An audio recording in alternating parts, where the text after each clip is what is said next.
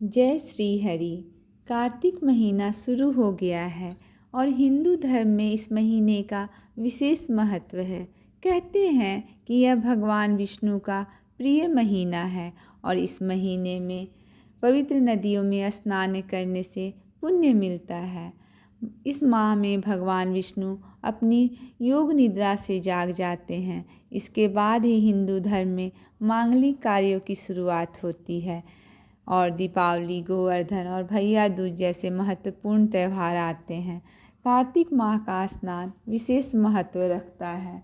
यदि आप पवित्र नदियों में स्नान नहीं कर सकते हैं तो स्नान के पानी में गंगाजल मिलाकर उससे स्नान करें। जो व्यक्ति कार्तिक स्नान करता है उसे पुण्य फल प्राप्त होता है। साथ ही इस दौरान स्नान के बाद पूजा करनी चाहिए और फिर कथा भी पढ़नी चाहिए। इसमें व्रत में प्याज, लहसुन, मांस, मदिरा और मसूर की दाल, मूली, गोभी का सेवन नहीं करना चाहिए। बहुत लोग तेल का भी सेवन नहीं करते हैं, घी में सब्जी बनाते हैं। जैसा संभव हो वैसा ही करना चाहिए। इस व्रत की कथा इस प्रकार है। एक नगर में एक ब्राह्मण दंपति रहते थे। वे दोनों प्रतिदिन 7 कोस दूर गंगा व यमुना नदी में स्नान करने जाते थे। इतनी दूर आने जाने से ब्राह्मणी थक जाती थी। इसलिए एक दिन उसने अपने पति से कहा कि हमारा एक पुत्र होता तो कितना अच्छा रहता। पुत्र के बहू आती तो हमें घर वापस आने पर खाना बना हुआ मिलता और बहू घर का काम भी कर देती। अपनी पत्नी की बात सुनकर ब्राह्मण ने कहा कि तू सही कह रही है, चल मैं तेरे लिए बहू ला ही देता हूँ। ब्राह्मण ने कहा कि एक पोटली में आटा डालकर कुछ मोहरे रख दे। ब्राह्मण के कहे अनुसार उसने पोटली बांध कर दे दी। पोटली लेकर ब्राह्मण चले गए। ब्राह्मण को सफ़र के दौरान यमुना के किनारे बहुत सी सुंदर लड़कियां दिखाई दी। वे रेत में घर बनाकर खेल रही थीं। उनमें से एक लड़की ने कहा कि मैं अपना घर नहीं बिगाड़ूंगी, मुझे तो रहने के लिए ये घर चाहिए। लड़की की बात सुनकर ब्राह्मण मन ही मन सोचने लगा कि बहू बनाने के लिए यही लड़की उचित है। जो बालू के घर को नहीं मिटाना चाहती है वो वास्तविक जीवन में अपने घर को कितने सही रखेगी। जब वह लड़की जाने लगी तो ब्राह्मण भी उसके पीछे पीछे उसके घर तक पहुंच गया और वहां जाकर ब्राह्मण ने उस लड़की से कहा, बेटी, कार्तिक मास चल रहा है इसलिए मैं किसी के घर खाना नहीं खाता। मैं अपने साथ आटा लेकर आया हूँ। तुम अपनी माता से पूछो कि क्या वह मेरे लिए आटा छानकर 4 रोटी बना देंगी। यदि वह मेरा आटा छानकर रोटी बनाएगी तो ही मैं रोटी खाऊंगा। लड़की ने जाकर अपनी माँ को ये सारी बात बताई। माँ ने कहा, ठीक है, जाओ ब्राह्मण से कह दो कि वह अपना आटा दे दे, मैं रोटी बना दूंगी। जब वह आटा छानने लगी तो आटे में से मोहरें निकली और वह सोचने लगी कि जिसकी आटे में इतनी मोहरें हैं उसके घर में कितनी मोहरें होंगी। जब ब्राह्मण खाना खाने बैठा तो लड़की की माँ ने उस ब्राह्मण से पूछा कि आपका कोई लड़का है और क्या आप उस लड़की की सगाई करने जा रहे हो। यह सुनकर ब्राह्मण ने कहा कि मेरा लड़का तो काशी में पढ़ने गया है, लेकिन यदि तुम कहो तो कटोरे से विवाह करके तुम्हारी बेटी को अपने साथ ले जाओ। लड़की के माँ ने कहा, ठीक है। इस पर लड़की की माँ ने लड़की की कटोरे से शादी करके उसे ब्राह्मण के साथ भेज दिया। ब्राह्मण ने घर आकर कहा, रामू की माँ, दरवाज़ा खोल, मैं तेरे लिए बहू लेकर आया हूँ। ब्राह्मण की पत्नी भीतर से ही बोली, हमारे तो कोई बेटा नहीं है तो बहू कहाँ से लाए। दुनिया ताने मारती थी, अब आप भी मारने लगे। ब्राह्मण ने कहा, तू दरवाज़ा खोल कर तो देख। जब ब्राह्मण की पत्नी ने दरवाज़ा खोला तो देखा कि सामने बहू खड़ी है।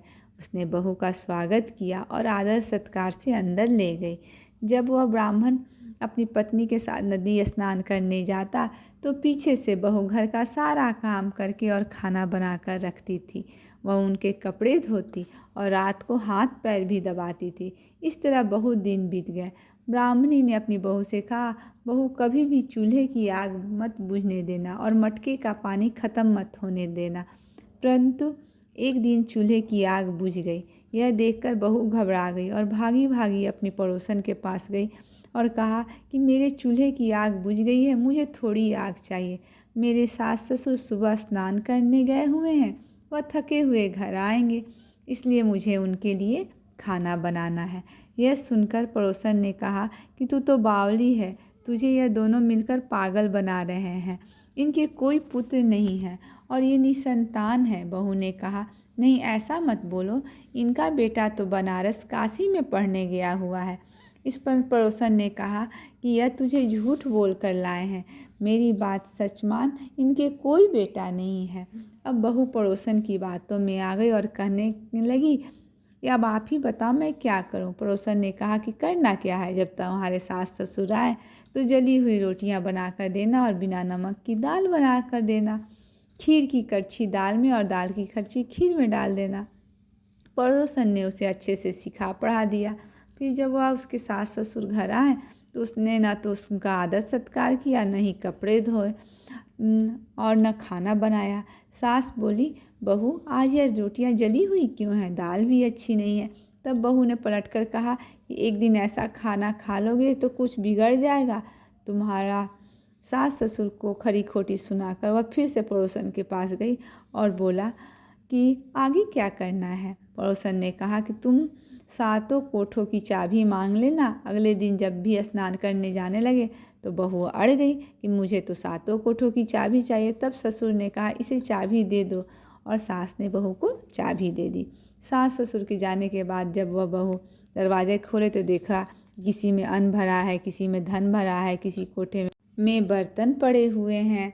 और जब उसने सातवां कोठा खोला तो देखा कि शिव जी, पार्वती जी, माता गणेश जी, लक्ष्मी माता जी, पीपल पथवारी, कार्तिक के ठाकुर, राई, दामोदर, तुलसी जी का बिड़वा, गंगा जमुना और 33 कोटि देवी देवता विराजमान है। वहीं पर एक लड़का चंदन की चौकी पर बैठा माला जाप कर रहा है। यह सब देखकर उसने लड़के से पूछा कि तुम कौन हो। तब लड़का बोला कि मैं तेरा पति हूँ, अभी दरवाज़ा बंद कर दे, जब मेरे माता पिता आएंगे तब दरवाज़ा खोलना। यह सब देखकर बहू बहुत खुश हुई और 16 श्रृंगार कर सुंदर वस्त्र पहनकर अपने सास ससुर का इंतजार करने लगी। उसने अपने सास ससुर के लिए अच्छे अच्छे पकवान भी बनाए। जब उस घर आए तो उसने आदर सत्कार किया और प्रेम पूर्वक खाना खिलाया। तब बोला कि बेटी, गंगा जमुना घर पर तो नहीं बहती हैं, लेकिन माँ आप बाहर ना जाया करो। तब उसने कहा, हाँ माँ जी बहती हैं, चलो मैं आपको दिखाती हूँ। तब बहू ने सातवां कोठा खोलकर दिखाया, उसमें शिव जी सब देवता थे उसने, और वहीं पर चौकी पर बैठा एक लड़का माला जाप कर रहा है। माँ ने उसे देखकर पूछा, बेटा तू कौन है। लड़का बोला, माँ मैं तेरा बेटा हूँ। तब ब्राह्मणी ने पूछा कि तू कहाँ से आया है। लड़के ने जवाब दिया, मुझे कार्तिकेय जी ने भेजा है। माँ ने कहा, बेटा यह संसार कैसे मानेगा कि तू मेरा बेटा है। माँ ने कुछ विद्वान पंडितों से मदद मांगी। पंडितों ने कहा, इस पार बहू बेटा खड़े हो जाए और उस पार माँ खड़ी हो जाए।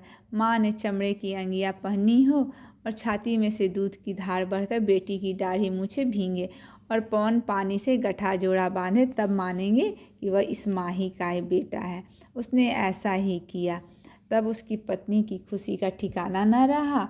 जैसे ब्राह्मण और ब्राह्मणी को बहू बेटा दिया, वैसे सबको देना। इस कथा के पढ़ने और सुनने से मनुष्य की सभी मनोकामनाएं पूर्ण होती है।